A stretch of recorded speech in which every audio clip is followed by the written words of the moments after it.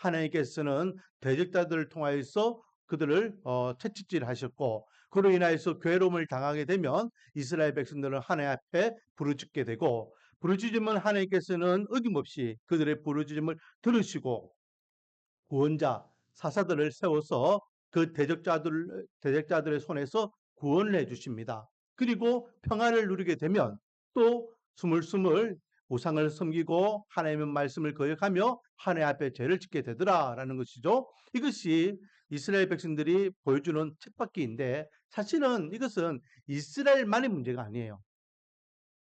오늘날 우리의 문제도 마찬가지입니다. 우리가 언제 하나님을 많이 찾습니까?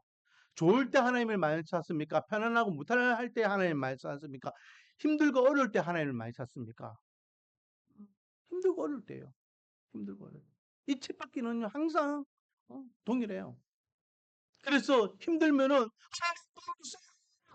도와주시면은 또 하나님 감사합니다라고 하면서 또 어느 정도 하나님을 또 잘 섬기는 같이 보이다가 스물스물 옛 습관이 또 올라와 가지고 시간적으로 환경적으로 또 삶에 있어서의 우선순위가 점점 하나님은 뒷전으로 가게 되고, 그러면 또 하나님께서는 채찍질해서 돌아와! 그러면은 또 하나님께서 그 부분들을 치시면은 또 하나님 도와주세요. 또 하나님 은혜 주시고 그렇습니다. 사사기를 통해서 나는 지금 어느 단계에 와 있느냐? 하나님께 주시는 평안의 삶을 살아가고 있느냐? 하나님 앞에 부르짖고 있는 삶을 살아가고 있느냐? 어떤 환난으로 인하여서 어려움을 당하고 있느냐? 어떤 부분이 지금 있느냐? 한번 점검해 보시고, 점검해 보실 때마다 우리는 그 점검의 끝부분은 말씀으로 돌아가는 겁니다. 말씀으로. 자, 어, 오늘 읽었던 이 11장은요, 여덟 번째 사사 입다에 대한 내용인데, 우리가 그동안 봤던 사사들을 한번 좀 생각해 보면 1대 사사는 온니엘이었습니다. 온니엘은 이제 갈렙의 조카이면서 사이가 되죠. 그렇죠? 조카이면서 사이가 됩니다. 저 산지를 누가 차지할래? 먼저 차지하는 사람은 내 딸을 주겠다. 그래서 온니엘이 제가 가겠습니다 해서 그 산지를 차지해요. 그래서 아내 악사를 얻게 되죠. 그래서 이때는 정복기간이라고 생각하면 됩니다. 가나안 정복기간. 그래서 온니엘이 이스라엘 사사가 돼서 40년 동안 이스라엘의 평화가 왔습니다. 그리고 가나안 1세대가 다 죽고 2세대가 생기기 시작할 때에 그들은 하나님을 버리고 가나안 땅에 있는 우상들을 섬기기 시작합니다. 가나안 땅의 여자들과 결혼을 하기 시작하고 그들의 문화를 따라가기 시작하죠. 그리고 하나님께서 또 에글론이라는 모압 왕을 들어서 이스라엘 18년 동안 또 핍박하게 되시고, 없습니다! 라고 해서 왼손잡이 에웃을 들어서 그들을 또 구원해 주십니다. 그리고 80년 동안 평화를 누리게 됩니다. 그리고 또 삼갈이라는 인물이 나오는데, 이 삼갈은요 3장 31절에 한 절 나오는데, 에웃 후에는 아나스의 아들 삼갈이 있어 소문은 막대기로 블레셋 사람 600명을 죽였고 그도 이스라엘 구원하였더라. 이게 답니다. 이 삼갈은요 누구인지 안 나와 있어요. 그냥 소문은 막대기로 블레셋 사람 600명 죽였다. 이스라엘 구원했다. 끝이에요. 그 이후에 이스라엘이 몇 년 동안 평안을 누렸는지 어떻게 지냈는지 또 그런 게 없어요. 바로 이어서 에옷이 죽은 후에라고 하면서 또 이스라엘 백성들이 죄를 지었고 그로 인하여 하나님께서는 가나안 왕 야빈을 들어서 이스라엘을 괴롭혔다. 대적하게 하셨다. 20년 동안 그렇게 핍박을 당하게 되고, 그 20년 핍박에 이스라엘 백성들이 부르짖으니까 드보라라는 4대 사사를 세워서 또 구원의 은혜를 주십니다. 그리고 드보라와 함께 40년 동안 평안을 누리게 되죠. 그리고 드보라가 죽고 난 다음에 미디안이 또 쳐들어와서 7년 동안 핍박을 당하게 되고, 우리 지난주에도 말씀 나눴지만 기도원을 통해서 승리하게 됩니다. 그리고 또 40년 동안 이스라엘은 평화를 누리게 됩니다. 그리고 또 기도원이 죽고 난 다음에 그의 이게 첩의 아들 아비멜렉이 이제 자기가 스스로 왕이 돼가지고 세겜 지역을 통치하는 일도 있었죠. 자, 그리고 그 이후에 돌라, 야일이라는 인물은 23년, 22년 각각 이렇게 사사로 활동했다라고 짤막하게 기록하고 있고, 그리고 그로부터 또 이스라엘을 악을 행하게 되어서 암몬이 쳐들어와서 암몬이 이제 이스라엘을 18년 동안 핍박하게 되는데, 이때 이스라엘 백성들이 그 암몬의 그 핍박으로 인하여서 괴로움을 당해 하나님께 부르짖으니까 하나님께서는 한 사사를 세우게 됩니다. 그 사사가 바로 제8대 사사 입다가 되는 것이죠. 자, 제가요 이렇게 연수를 다 이야기한 이유는 뭐냐? 온니엘부터 시작해서 지금 입다까지 몇 년을 다스렸고 몇 년을 핍박받았다는 거 다 계산하면요. 몇 년이 되냐면 삼가는 횟수가 안 나오니까 삼가는 빼고 약 293년이 돼요. 293년. 왜 제가 이 말을 하냐면 오늘 우리는 전체 11장 전체를 다 보겠는데 입다가 그런 이야기를 합니다. 자, 26절 한번 찾아볼까요? 26절.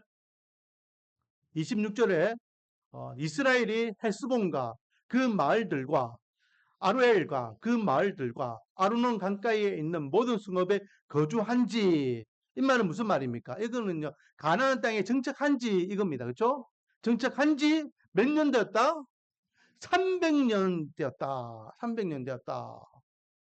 그러니까 가나안 땅에 들어가서 지금 입다까지 이스라엘이 정착한 지가 300년이 됐다는 거예요. 그게 온니엘부터 지금 입다까지 300년이에요. 단순 계산으로 사사와 억압당하던 그 기간을 다 계산해 보니까 몇 년이었다? 293년이 나옵니다. 그게 맞아 떨어지는 거예요. 그래서 여기에서 이제 7년 차이가 나는데 이거는 뭐 이제 그냥 반올림 해가지고 300년이다 이야기할 수도 있고 또 삼갈이 몇 년인지 빠져 있잖아요. 그리고 입다 같은 경우에도 지금 입다가 등장했지만은 사실은 암몬이 들어와가지고 이렇게 괴롭히고 있는 가운데서 입다가 등장하기 때문에 암몬이 몇 년을 다스리다가 입다가 사사가 되든지 거기에 대해서는 지금 기록하고 있지 않다는 거예요. 그래서 전체적인 부분에서 이제 300년 기간이 1대부터 8대까지 정확하게는 7대까지가 이스라엘 백성들이 가나안 땅에서 생활했던 모습이다라는 것으로 우리가 생각하면 되겠습니다. 그리고 이제 입다 이후에는요. 또 우리가 잘 알고 있는 삼손이 나오는데 입다 이후에 9대 입산이 있고 10대 엘론이 있고 또 11대 압돈이 있고 그리고 마지막 삼손이 12대 사사로 활동하게 됩니다. 자, 이 사사기를 보면요. 각 사사들이 활동하면서 하나님께서 그때그때마다 우리에게 주시는 교훈들이 다 있어요. 교훈들이. 그렇다면 오늘 입다를 통해서 우리에게 주시는 교훈은 뭐냐? 한마디로 이야기하면 따라하겠습니다. 약속. 약속에 대한 교훈이 약속. 오늘 입다에 대한 말씀을 읽어보면요. 두 가지 약속이 나오는 것을 보게 됩니다. 두 가지. 첫 번째 약속은 길라 장로들과 입다에 대한 약속이에요. 자, 1절부터 3절까지 말씀을 보겠습니다. 보면요. 먼저 입다가 어떤 사람인지를 설명하고 있습니다. 입다는 첫 번째 길라 사람으로서 큰 용사였다라고 말하고 있어요. 큰 용사였다라는 것은요. 싸움을 잘하는 사람이었다라고 생각하면 돼요. 어떤 군인이다라는 의미가 아닙니다. 장군이다, 장수다라는 의미가 아니에요. 싸움을 잘했다 정도로 생각하면 되겠습니다. 왜? 왜요? 만약에 장수였고 군인이었다면 입다가 쉽게 쫓겨남을 당하지 않았겠죠. 가족들로부터 쫓김을 당한. 그리고 두 번째, 그는 기생의 아들이었다. 정부인의 자식이 아니었다라는 겁니다. 그렇기 때문에 정부인의 자식들이 이 입다를 좋아했을까요? 싫어했을까요? 싫어했다는 겁니다. 싫어해서 어떻게 했다? 그를 자기 가문에서 가정에서 쫓아냈다. 쫓아낸 이유 중에 한 가지가 뭐냐면은 야 너는 우리 가족 아니야 하고 그냥 스자로서 쫓아낸 것이 아니라 이거는요, 물질적인 부분이 붙어 있어요. 유산의 문제. 유산의 문제. 자, 2절을 한번 읽어볼게요. 길라앗의 아내도 그의 아들들을 낳았더라. 그 아내의 아들들이 자라매 이 딸을 쫓아내면서 그에게 이르되, 쫓아내면서 하는 말입니다. 무슨 말을 했냐? 너는 다른 여인의 자식이니 우리 아버지의 집에서 무엇을 잊지 못한다? 기업을 잊지 못한다. 기업이 뭡니까? 한마디로 이야기하면 재산을 이야기하는 거예요. 유산을 이어받을 수 없다. 이는 아버지의 자식으로 우리가 인정할 수 없다. 그런데 보세요. 만약에 장수였고 장군이었고 힘 있는 사람이었다면 그냥 이렇게 힘없이 쫓김땀을 당하겠습니까? 안 그렇겠죠. 지금 나라에서 쫓기는 게 아니에요. 한 가문, 가정에서 쫓겨나는 거예요. 아비멜렉 보세요. 아비멜렉은요, 기드온의 다른 형제 70명을 그냥 다 죽여버리잖아요. 힘만 있으면 그럴 수 있어요. 그런데 지금 입다는 그렇게 힘 있는 사람은 아니었다. 음, 단순히 싸움 잘하는 그런 용사였다라고 우리가 생각할 수 있습니다. 그래서 3절을 보면 어디로 쫓겨납니까? 멀리 돕당에 쫓겨납니다. 황무지에 쫓겨나게 됐을 때에 그 옆에 사람들이 몰려들기 시작하는데 어떤 사람들이 몰려들었더라? 잡류가 몰려들어. 잡류. 이 잡류는요, 오늘날로 이야기하면 건달들입니다. 건달. 불량배들. 음. 오늘날도 마찬가지잖아요. 오늘날도요, 싸움 잘하고 막 이러면은, 형님하고 사람들 몰려들어요. 재작년에, 먼저 하나님의 품으로 간 제 친구가 있는데요. 이 친구가, 단속 깡패였거든요. 단속 깡패였어요. 음. 중고등부 때까지 자고도 정말 친했고, 그랬습니다. 제가 제 손으로 장례 치르고 이제 천국 보냈잖아요. 이 친구가요, 중학교 때까지는 그냥 그렇게 했어요. 근데 고등학교 갔다 오면서 야가 이제 자기 말로는 이제 머리가 커져가지고 싸움에 눈이 떴다는 거예요. 그래가지고 그 해양고등학교 출신인데 그게 이제 짱도 먹고 이게 음 중학교 때 자기 괴롭히고 우리 교회 다니는 친구들 괴롭혔던 애들 돌아다니면서 다 줍해버리고 막 그랬었어요. 그러니까 이제 꼭 소문이 날 거 아니에요. 소문이 나니까 자기는 모르는 데에 방송에 와가지고 지나가는데도 막 여기저기서 사람들 와가지고 고개 숙이면서 형님 이야기 제가 많이 들었습니다. 그래서 밥 사주고 술 사주고 막 그러더라는 거예요. 힘 있는 사람 앞 옆에는 사람들이 몰리게 돼 있어요. 지금 입다가 그런 모습이에요.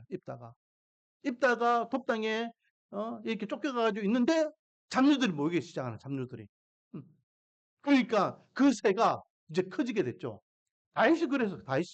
다윗이 쫓겨다닐 때는요 힘없이 쫓겨다녔어요. 그렇죠? 그런데 이제 아둘람이라는 곳에 머물면서 그 주위에 사람들이 모여들기 시작해요. 그래서 아둘람 공동체가 몇 명이었다?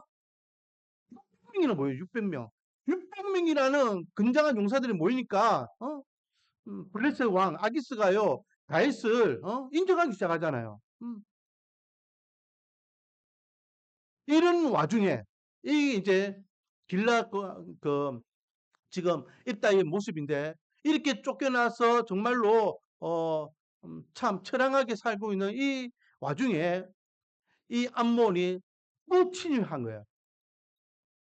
길라 사람들은 이 암몬을 이길 수 있는 힘이 없어요. 보니까 자기들이 쫓아낸 입다가 어느 정도 세력을 가지고 있잖아요. 그래서 장로들이 입다를 찾아갑니다. 찾아가서 암몬이 우리를 쳐들어왔다. 네가 와서 좀 도와달라. 얼마나 입다 입장에서 기분 나쁘게. 그래서 정확하게 이야기합니다. 7절 말씀에 입다가 길라 장로들에게 이르되 너희가 전에는 나를 미워하여 아버지 집에서 쫓아내지 아니하였느냐. 이제 와가지고 너희가 환란을 당한다고 내게 온 것은 어떤 이유냐라고 하면서 직설적으로 이야기합니다. 옛날에 아버지 집에 쫓아낼 때는 언제고 너희들 지금 힘들다고 나한테 와가지고 도와달라는 게 뭐야? 그러니까 장로들이 우리가 그때는 잘못 알아다면서 막 고개를 쪼아리면서 도와달라고 하니까 그러면 내가 너희들 도와주면 그래서 하나님께서 은혜 주셔가지고 암몬을 이기고 우리가 승리하게 되면 내가 너희들 머리가 돼도 되겠니? 머리가 된다는 것은 왕이 된다는 것이고 족장이 된다는 뜻이죠. 그래서 이 길라 사람들이 이제 첫 번째 앱다와의 약속을 하게 됩니다. 자, 이 약속은요, 여러분 어떤 약속일까요? 그냥 지금 상황이 여의치 못하기 때문에 하는 약속이에요. 어, 정말로 서로 좋아서 하는 약속은 아니에요. 입다 입장에서는 복수심에 의해서 하는 약속이고, 길라 입장에서는 이 환란과 이 어떤 암몬에 대한 위협으로부터 빨리 어, 빨리 좀 극복하고자 하는 그런 방책으로 행하는 약속이었다. 그럼 이 약속은 언제든지 깨질 수 있는 약속이다. 라는 거죠. 그렇게 해서 이제 첫 번째 길라 장로들과 앱다와의 약속을 하게 됩니다. 그리고 두 번째 약속이 있죠. 두 번째 약속. 이 두 번째 약속은 뭡니까? 이제 입다가 이제 도와주기 위해서 길라스로 갔습니다. 길라스로 가서 이제 어 먼저는 암몬 사람에게 편지를 써요. 편지를 사신을 보내가지고 왜 쳐들어왔노? 라고 하니까 13절 말씀에 보면은 한마디로 이겁니다. 야, 우리 땅 돌려도 이거예요. 우리 땅. 요즘도 우리 막 그런 거 있잖아요. 저 고구려 땅이 만주 땅, 간도 땅이 우리 땅인데 우리 고구려 선조들 땅인데 이러면서 막 그런 말을 하고 또 어떤 사람들은 저 대마도가 우리 땅인데 지금 일본이 지나고 있다. 막 그런 옛날 땅을 자꾸 우리 땅이라고 이야기하고 있어요. 벌써 몇천 년 전의 땅들이야 다. 음. 지금 이 사람들도 마찬가지예요. 몇 년 전의 땅이라고요? 300년 전의 땅이 300년 전에 너희들이 쳐들어와 가지고 우리 조상들의 땅을 다 뺏어간 거 아니냐. 그래 그 땅을 되찾아왔다. 이게 명분입니다. 암몬 왕이 명분이에요. 이 땅은 어디 땅입니까? 가나안 땅을 기점으로 했을 때 요단강이 있고 요단강 동쪽을 이야기하는 거예요. 지금 이 동쪽 땅 이거 우리가 돌려도 이거예요. 그러니까 입다가 16절부터 출애굽해서 지금까지 이야기, 역사적인 이야기를 쭉 풀어서 이야기하는데 결론은 뭡니까? 우리는 너희들 땅 불법적으로 점령한 적이 없다. 그 말이에요. 그 말이 무슨 말이냐면 우리가 처음에 너희들 땅을 들어올 때는 전쟁하기 위해 들어간 거 아니다. 에돔이나 모압이나 처음 출애굽할 때 이스라엘 백성들이 가고자 하는 목적지는 어디였습니까? 가나안 땅이었어요. 그래서 가나안 땅을 들어가기 위해서 길 열어달라. 길 열어달라. 만약에 물을 먹으면 물값을, 음식을 먹으면 음식값을 줄 테니까 길만 열어달라. 평화롭게 우리가 그 길만 지나갈게. 그런데 에돔이나 암몬이나 모압이 그 길을 열어주지 않았다. 그리고 가데스 바네에서 우리는 광야 생활 40년을 하게 됐다.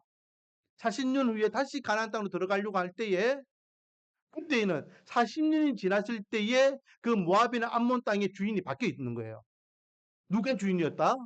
아모리 족속의 주인이었어. 아모리. 그 시온 옥이 바산 왕 옥이 주인이었다는 거죠.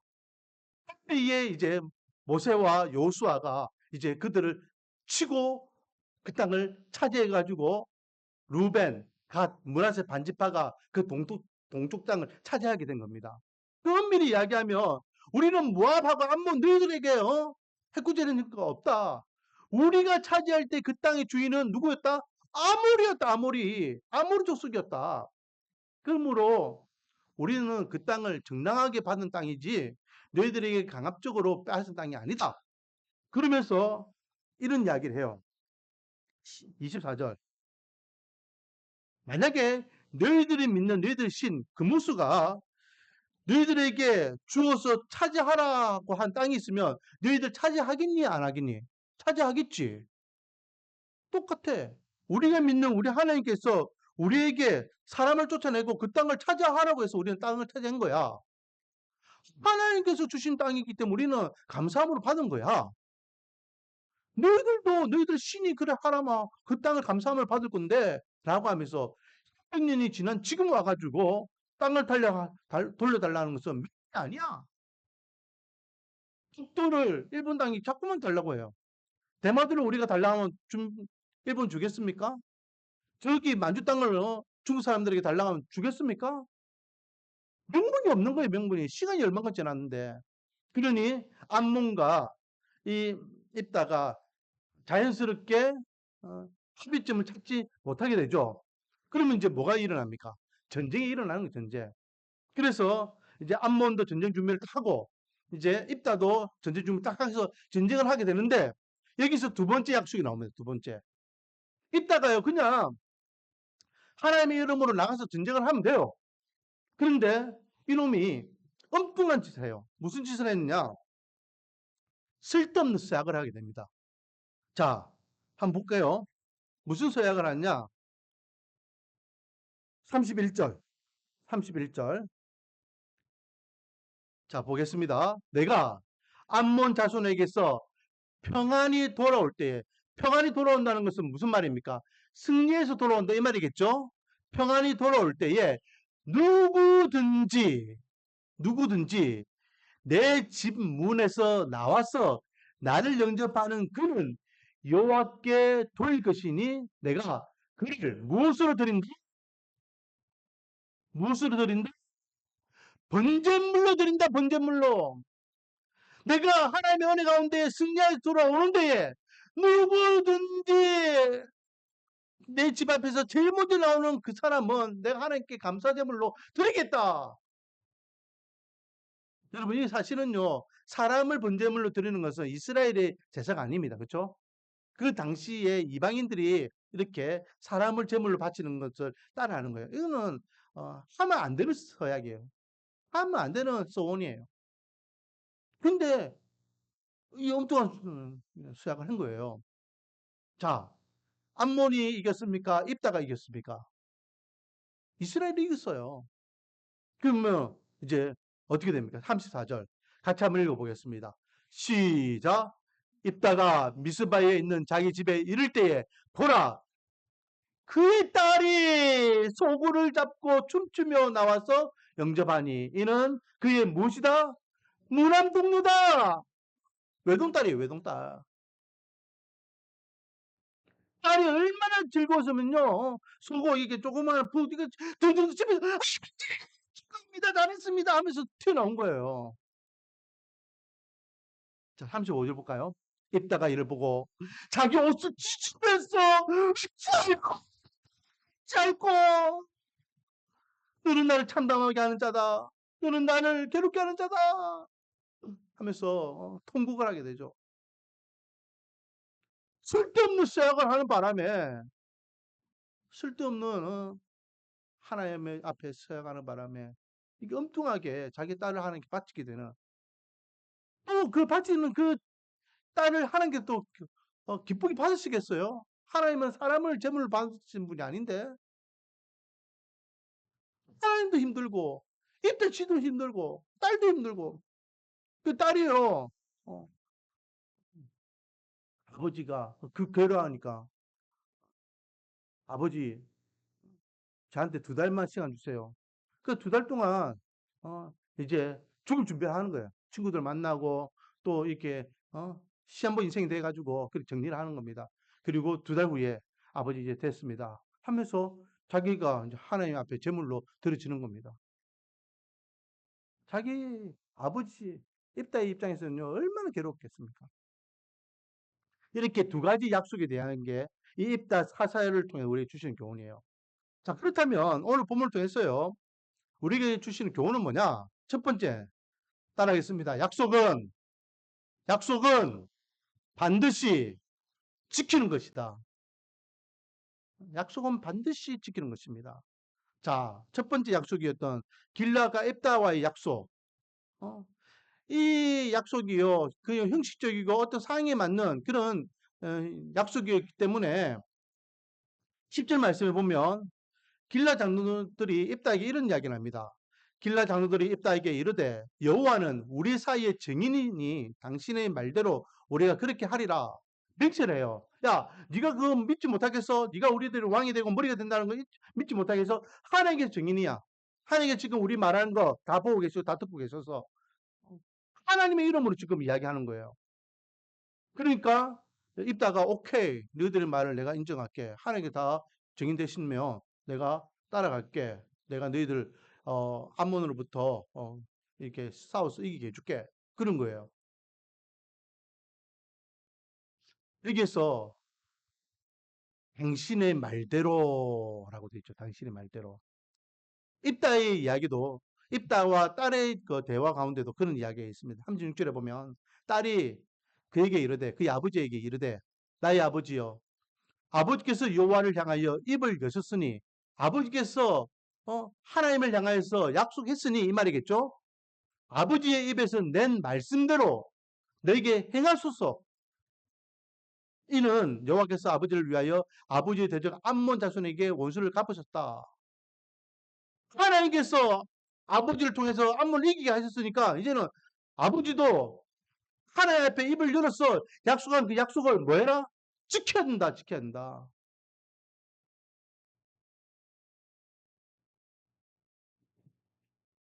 사랑과의 약속도 뭐 상인이었고 뭐 그때는 그랬지 뭐 이러면서 약속을 어기면 안 되고 하나님과의 약속도 마찬가지. 하나님과의 약속도 내가 내 입으로 한 약속은 뭐 한다? 반드시 지켜야 한다.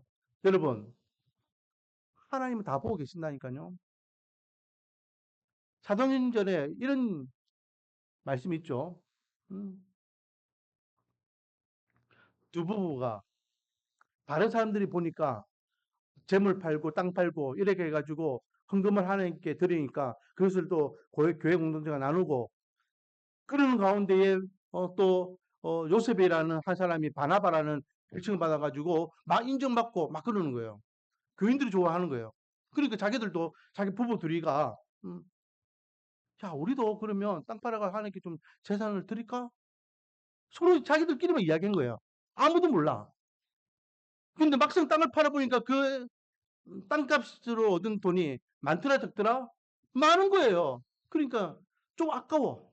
그래서 야 이거 우리만 알고 있으니까 우리가 일부분은 우리가 쓰고 일부분은 하나님께 드리자. 그래서 하나님 앞에 드리는데 베드로 앞에 쓰자마자 베드로가 너희들이 왜 성령을 속이느냐? 바로 남편이 죽잖아요. 남편이 죽은지도 모르고 아무리 기다려도 남편이 돌아오지 않으니까 남편 찾아 아내가 또 교회로 와봐. 남편이 안 들어옵니다. 야 앉아 봐봐봐. 너 남편이 아까 전에 가져온 헌금 그게 너희들이 하나님 앞에 약속한 그 헌금 전부 다냐? 맞습니다. 맞습니다. 그 말이 끝나기가 무섭게 어떻게 됐더라? 그 영혼도 죽었더라. 그러니까 하나님과의 약속도 그런 거예요. 제가 아는 장로님들이 그래요. 제가 지금도 몇 번 이야기했는데 꿀 같은 눈조예요. 제가 지금 보고 있어요. 지금. 음. 소원 그래서 제가 생각할 때는요. 이 작정 헌금이나 이런 거는 좀 많이 위험한 것 같아요. 작정 헌금은. 음. 자기가 할 수 있는 범위에서 헌금은요. 할 수 있는 범위에서 하는 거고 헌신도 할 수 있는 범위에서 하는 거고 섬김도 할 수 있는 범위에서 해야 돼요. 남 눈을 의식하거나 어떤 상황에 의해서 하는 게 아니에요. 이게 못하게 되면 어떻게 돼요? 하나님과 약속이 깨지게 되면 힘들잖아요. 사람과의 관계도 마찬가지입니다. 부부간의 관계도 마찬가지고 부모와 자식과의 관계도 마찬가지고 친구와의 관계도 마찬가지입니다. 나라와의 관계도 마찬가지고 기업 간의 관계도 마찬가지이고 약속은 지켜야 되는 거예요. 그때는 할 수 있고 지금은 안 된다. 그거는 약속이 아니죠. 돈 빌려줄 때는 언제고 또 못 갚는다고 또 할 때는 언제고 니는 평생 내 아들이라 했는 거 덩치 먹고 세상의 뉴스를 보면요 약속을 어기는 것들을 그런 뉴스가 얼마나 많은지 모릅니다. 믿는 우리들은요 할 수 있는 약속만 하고 약속을 했으면 반드시 지키기를 원합니다. 그게 선한 영향력이에요. 선한 영향력. 음. 야, 그 약속 하나 잘 지키는 거 가지고 사람들은 저 사람은 됐다. 그 약속 중에요. 우리가 가장 기본적이면서도 가장 중요한 약속이 뭔지 아십니까? 바로 시간 약속이에요. 시간 약속. 그 우리 미니비니한테 제가 야단치는 게 그거예요. 시간. 적어도 5분 전, 10분 전에. 다른 건 다 잘해가 제가 친히 하는데 지금 약속 저것 때문에 막 아침에 학교 갈 때마다 맨날 싸우고 약속. 자, 두 번째 우리에게 주시는 말씀은요. 그러나 이 사랑과의 약속은 완벽하지 않다라는 거죠. 제가 한번 이야기했잖아요. 사회적으로, 개인적으로 약속은 상황과 환경에 따라서 바뀌게 됩니다. 나라 간의 그 약속도 마찬가지고, 기업 간의 약속도 마찬가지고, 개인 간의 약속도 마찬가지예요. 언제든지 바뀌어요. 하지만 하나님께서 주신 우리의 약속은 변한다, 변하지 않는다? 변하지 않는다. 그래서 열왕기상 8장 56절 말씀에 보면 이런 말씀이 있어요. 여호와를 찬송할지어로다. 그가 말씀하신 대로 그의 백성 이스라엘에게 태평을 주셨으니 그 종 모세를 통하여 무릇 말씀하신 그 모든 좋은 약속이 하나도 이루어지지 아니함이 없도다. 하나님께 모세를 통해 주신 모든 말씀, 모세를 통해 주신 모든 말씀, 이 성경 말씀을 이야기하는 거예요. 창세기, 출애굽기, 레위기, 민수기, 신명기, 모세 오경을 이야기하지만은 결국 그것이 하나님의 말씀을 이야기해요. 하나님께서 우리에게 주신 모든 좋은 약속들이, 약속이라 표현하고 있죠. 모든 좋은 약속들이 하나도 이루어지지 않은 것이 있다 없다? 없다. 하나님은 한 번 우리에게 약속하시면 그 약속을 반드시 지키시는 분이라는 거예요. 그래서 시편 기자는 이렇게 이야기합니다. 그의 인자하심은 영원히 끝나는가? 그의 약속하심이 영구히 패하는가? 의문문으로 이야기하고 있어요. 이 말은 무슨 말입니까? 그의 인자하심, 그의 인자는 사랑이죠. 하나님이 그 사랑하심은 영원하다. 그의 약속하심이 영구하다. 이 말은 그 하나님의 약속하심은 영구적으로 변하지 않는다. 깨지지 않는다. 라고 시편 기자가 의문형으로 지금 고백하고 있는 것이에요. 그렇기 때문에 바뀌지 않고 변하지 않기 때문에 우리는 그것을 진리라고 이야기하는 겁니다. 진리라고. 진리는 바뀌면 됩니까? 안 됩니까? 안 되는 거예요.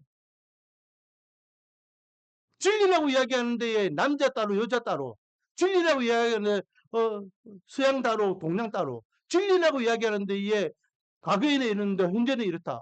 그건 진리가 아니에요. 동서고금을 막론하고 남녀노소를 막론하고 그것은 절대로 바뀌면 안 되는 거예요. 바뀌는 그 순간 그건 더 이상 진리라고 이야기할 수 없는 겁니다. 하나님의 약속의 말씀이 바로 진리인 이유가 변하지 않기 때문이에요. 변하지 않기. 사람의 약속은 언제든지 변할 수 있지만 하나님의 약속은 변하지 않아요. 그 최고의 약속이 뭡니까? 이 약속의 근거가 바로 우리 구원을 향한 은혜라는 거죠. 누가복음 24장 49절 말씀에 보면 볼지어다 내가 내 아버지께서 약속하신 것을 누가 약속하신 것을 내 아버지께서 약속하신 것을 너에게 보내리니 너희는 위로부터 능력으로 입혀질 때에까지 이 성에 머물러라. 이건 성령 하나님을 향한 약속이에요. 아버지 하나님께서 약속하신 것을 이루기 위해서 예수님께서 이 땅에 오셨고 아버지 하나님께 약속하신 그 약속을 이루기 위해서 성령 하나님께서 이 땅에 오셨습니다. 하나님은요 우리를 구원하기 위한 구원의 약속을 성자 예수님과 성령 하나님을 통해서 이루고 계시고 이루셨음을 믿으시기 바랍니다. 사도행전 2장 39절에 보면 이 약속은 너희와 너희 자녀와 모든 먼데 사람은 누구일까요? 바로 이방인이 저와 여러분을 이야기하는 거예요. 시간적으로 장소적으로 이스라엘과 멀리 있던 우리 그들을 어떻게 하셨다? 우리 하나님이 얼마든지 부르시는 자들에게 하신 것이라. 그러니까 이 구원의 약속이 멀리 있던 우리에게도 동일하게 이루어지는 약속이었다라고 말씀하고 있는 거예요. 그리고 그 약속을 예수님께서 확증하셨잖아요. 창세기 3장 15절. 그 약속의 말씀이 요한복음 19장 30절. 이루었다. 할렐루야. 그러므로 우리는 늘 하나님의 그 약속을 기억하면서 이미 이루어진 이 구원의 약속을 감사하고 앞으로 우리 인생을 책임져 주실 하나님의 약속의 말씀을 신뢰하면서 하나님의 사람으로 당당하게 살아갈 수 있는 저와 여러분이 되기를 원합니다. 이 약속의 말씀을 붙잡고 있다면 어떤 환난 앞에서 흔들리지 않을 거예요. 어떤 시련 앞에서 흔들리지 않을 거예요. 어떤 고통 앞에서 흔들리지 않을 것입니다. 약속의 말씀을 붙잡지 못하니까 환난이 눈에 들어오고 시련이 눈에 들어오고 고통이 눈에 들어와서 그것 때문에 흔들리는 겁니다. 얼마나 많은 대적들이 이스라엘 백성들 앞에 있었습니까? 얼마나 많은 고통과 어려움이 믿음의 선배들 위에 항상 머물고 있었습니까? 그러나 이스라엘은 흔들리지 않았고 믿음의 선조들은 흔들리지 않았어요. 왜? 하나님의 약속을 의지하기 때문에. 저 여러분은 하나님의 약속을 의지하고 신뢰하고 또 그 약속의 말씀을 바라보는 가운데에 어떤 환난과 역경과 고난과 고통에서도 흔들리지 않는 믿음의 삶을 살아가기를 주님의 이름으로 축원드립니다. 아버지 하나님,